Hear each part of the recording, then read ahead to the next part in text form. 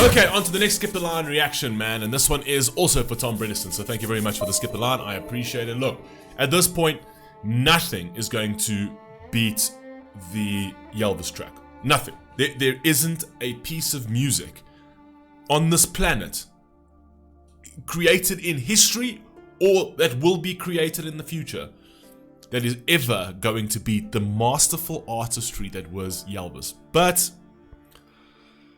let's go on to more sort of mediocre music like Yelawolf.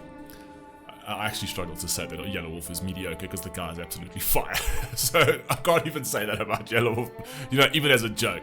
Row Your Boats, Yelawolf, man. I've never actually heard this one, and I love Yelawolf. So for those of you who really want to hear something special from Yelawolf, you must listen to Lightning in a Bottle, or just called, I think it's just called Lightning. Or Best Friend with Eminem. That track is just ridiculous. But anyway, getting on to this, Yelawolf, Row Your Boat. Tom, thanks very much. Let's rock and roll.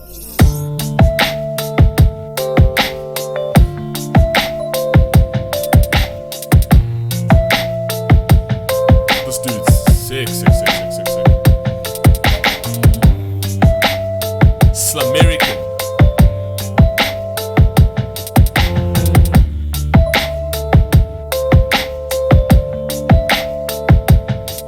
You said you don't wanna die, but still you wanna go to heaven. Heaven's not a place that you can scare me into changing everything that I believe in. Leaving what is keeping you from walking out the door and living life like there's a reason. Reason is the fear of change will leave a person locked inside a talking mental prison. Prisoners of war, the war is media, the media graffiti up your vision. Media be feeding you confusion. That's damn fucking straight. That's, I mean, there couldn't be a more truthful line right there. For the war is media, the media graffiti up your vision. Visionaries of a scary future. They will shoot you, they will loot you, they are killing power of the power that exists above us. It's a problem, it's a sentence. Sentence you to pull and push and jump. When they say jump, you say how high, there is no limit. What they sell and what they give. I like that. Okay, so basically I almost feel like he's already speaking about the current situation. I don't know how old the song is, by the way. But the current situation in the United States and how it's all sort of deteriorating. And I think he's trying to make a political statement over here, and he's like, they tell you to jump, you know, high, and then there's no limits, right? They're going to tell you to keep jumping, and you best keep jumping, because if you don't, you'll be shunned, you'll be cast aside, right? This is the new political order. It's control. Jump when we tell you to jump, and ask how high, and we will keep telling you to jump higher and higher and higher, right? And that's just the way it's going to be. That's the political order right now. Control, and more control. Let's go. Even if the whole world knows, I don't give a damn about what they think. I don't have to stand up to your gun. I don't have to sit down when you say, tell me I'm overboard. The truth is, you just wanna see me sing. I like that he said, I don't have to sit down when you sing. Right? Because the whole world wants to see me sing. So I don't have to sit down when you sing. Hey, you want to go on this boat? You want to be on that same boat? Go ahead, man. I've got my own thoughts. I've got my own views. Right? I'm not going to sit there and just follow the crowd because they tell me to follow the crowd. Left on that ship, you don't have to save any room for me. 'Cause I got my own boat. Hey. Yeah, I got my own boats. Doing my own thing. And I will stay afloat, even when it rains. 'Cause I got my own boat. For anybody who knows Yelawolf, like, they will know that Yelawolf lives by this doctrine, right? He does his own thing. He's different in every which way. He doesn't follow the mainstream. He doesn't follow anything. Like, he does what he does. He's got his own style, his own sort of genre to a certain degree. He's got his own thoughts. He's got his own thought process. He is no one's fucking sort of puppet, which I love that about him. He's one of those guys, you know? Row your boat.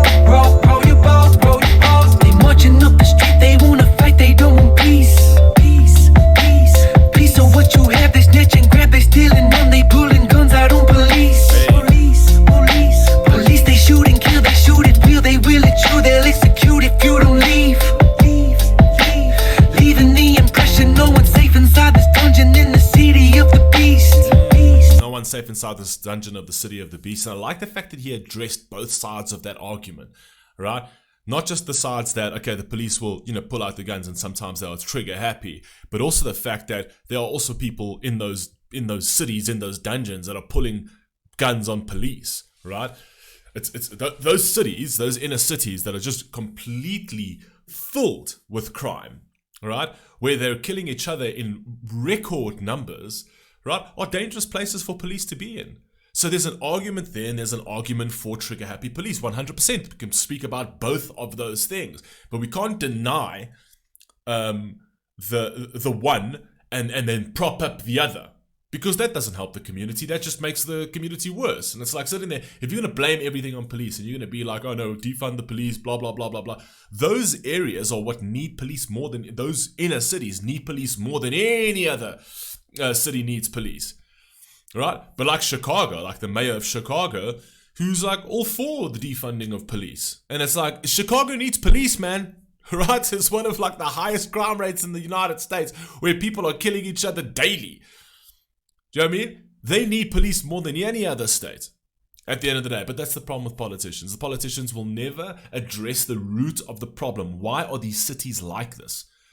Right? What can you do to actually assist the cities? Bring them some real resources. Do something real for the cities. No, it's nothing. They throw out these platitudes and they play these things at you. They try to pander to you on all of the slogans. When one of the tragedies happen, like a George Floyd situation, they will take that and try and create division around that so that you don't see what they're actually not delivering. It's failed policy on failed policy on failed policy on failed policy. And every time the fucking policy fails, they ask you for more power. That's literally how it works. It's like, oh, give us more power so we can put these policies so that it can benefit you. You give them more power, they put the policy fails. Okay, well, now we need more power to correct those policies. And then you give them more power. There's an incredible quote by Thomas Sowell. Let me try and find it. Brilliant black individual who said something absolutely brilliant. So listen to this over here. This is Thomas Sowell. I follow him religiously. I think the man is unbelievable. Sometimes it seems as if there are more solutions than problems. On closer scrutiny, it turns out that many of today's problems are a result of yesterday's solutions. That's what's actually happening. And no one's actually looking at the direct cause of all of this travesty in all of these inner cities. No one cares, not the Democrats, not Republicans. They all get up there and they just pander. They pander to the black voter, but they do nothing for the fucking black voter. Nothing. And now they've gone even further. Now they've just attached themselves to these radical activist groups that do nothing for their own community as well. It's sickening. It's actually sickening. And I love the fact that he addressed both sides of that equation. It's like, yes, some police are trigger happy and we need to deal with that. But the one thing we need to deal with more is actually trying to get these inner cities to sort of like a harmonious space to actually provide real resources that gets these people out of these situations. Right? That deals with crime. That deals with gangs and all those kind of things. But no, instead they're telling you, no. It's better to not incarcerate, because if we incarcerate, that's seen as racist, right? So it's fine. Let them just run rampant. And that directly affects the black community. It's worse for the black community. Black lives and black families are losing loved ones to a corrupt system that needs to be attended to, that no one wants to attend outside of pandering about fucking police. So yes, we have two problems. Two things can be true at once. You can walk and chew bubblegum. There can be trigger-happy police that need to be weaned out of the police force, and we need to also deal with crime rates inside the inner cities. Two things can be true at once. The only problem is that we're only talking about the one thing, always. Feast around the corner, slinging poison to the junkies. To a junkie, it's a feast. That's the Democrats' sort of utopia. And I say Democrats, I'm not for either side. to be fair. I don't give a shit about the Republicans. I don't give a shit about the Democrats. But the Democrats, the reason why I say Democrats is because the Democrats are always on this idea of utopia. They believe they can create the utopia. We haven't created a utopia on Earth since its inception, but the Democrats have an idea of creating the utopia. And their idea of utopia, just go take a look at Portland, man, or Philadelphia. Go take a look at California, what's happening there with the homelessness and the drugs. Their idea of compassion, right, is to just let this run rampant. Just legalize absolutely everything and then let everybody just stay on the streets and put syringes in their arms. That's their idea of utopia, right? Go take a look at Portland. There's actually a great video that I actually watched the other day where they actually show the streets of Portland, right? Thanks to democratic policies that were put in place. This is their compassion, right? They're full of compassion, man. Full of compassion. All these politicians are full of compassion, man. They're so compassionate for you. But every single law they're putting in place at the moment is only to destroy you. That's it. It's only to destroy you. Because once you are an uneducated, fragile, docile male that lives on the street, right, they've taken you out of the equation. You cannot revolt against them because you're incapable of. The one thing they don't want is they don't want erudite, strong, powerful, dangerous men. They don't want that because those are the kind of people that will get you out of power. That's their utopia. It's incredible. Incredible. Right? Democrats and Republicans alike. The only reason I say Democrats right now is because Democrat cities are overrun by ridiculousness at the moment. Right? The fact that you actually can legalize looting for up to $950. And it's cool if you steal, but it's up to like a certain amount. Then cool, you're not going to get charged. Right? So what does that do? Opens up the floodgates. Everyone walks into stores and just loots them and steals everything. That's the utopia, man. That's the vision. That's the world they want to build for you, these champagne socialists. Let's go, man. Slinging poison to the junkies, to a junkie, it's a feast. Feast of famine, come examine, take a look into that alleyway that's on your street.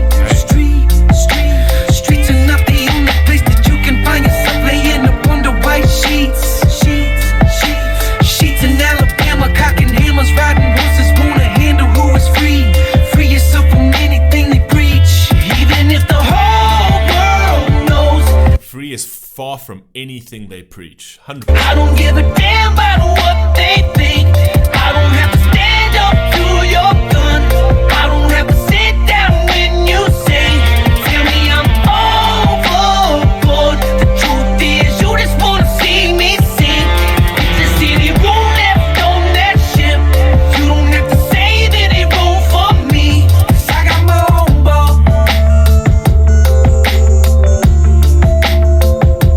Doing my own thing. And I will stay afloat. I like that I've got my own boat. I don't follow people's crowds. I don't follow people's ideologies. I don't follow people's doctrines, right?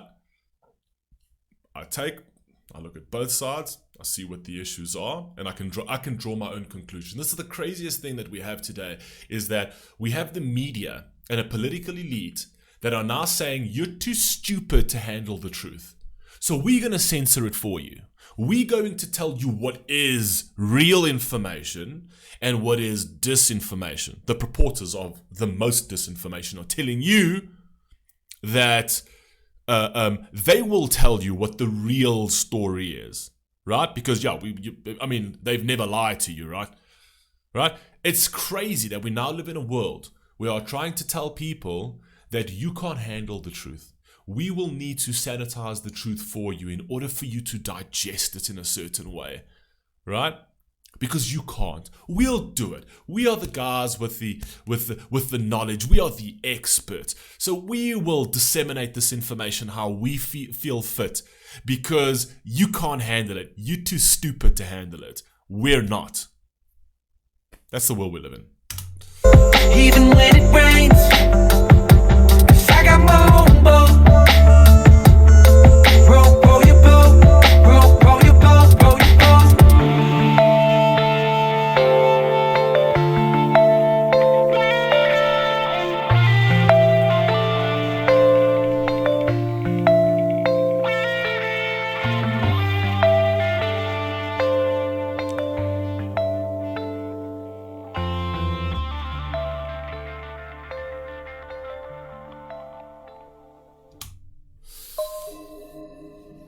it's interesting, you know, we always used to throw around that word freedom, but I don't actually know I don't even think people even know what freedom means anymore. At the end of the day, it's almost become very cliched by politicians. Like, you'll hear Biden saying this, and you'll hear Donald Trump saying freedom.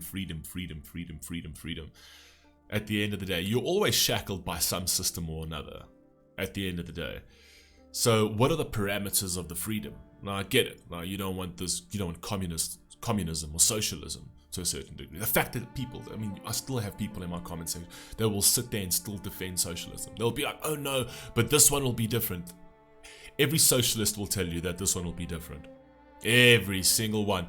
And you know what? The people that are the people that push socialism, like a Bernie Sanders, land up being the best capitalist. You know what you're going to get with socialism? You're going to get champagne socialism.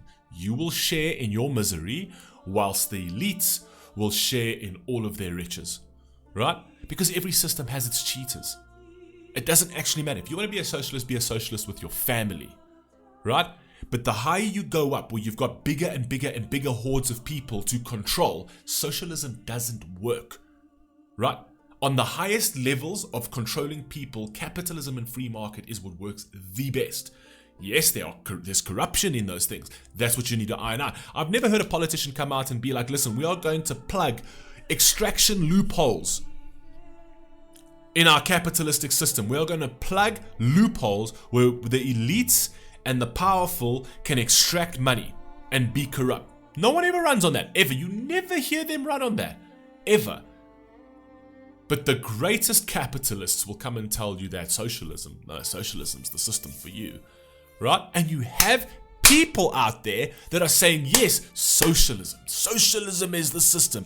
Complete, utter control by the government. They want to hand over their freedom to the government and say, here, their lives.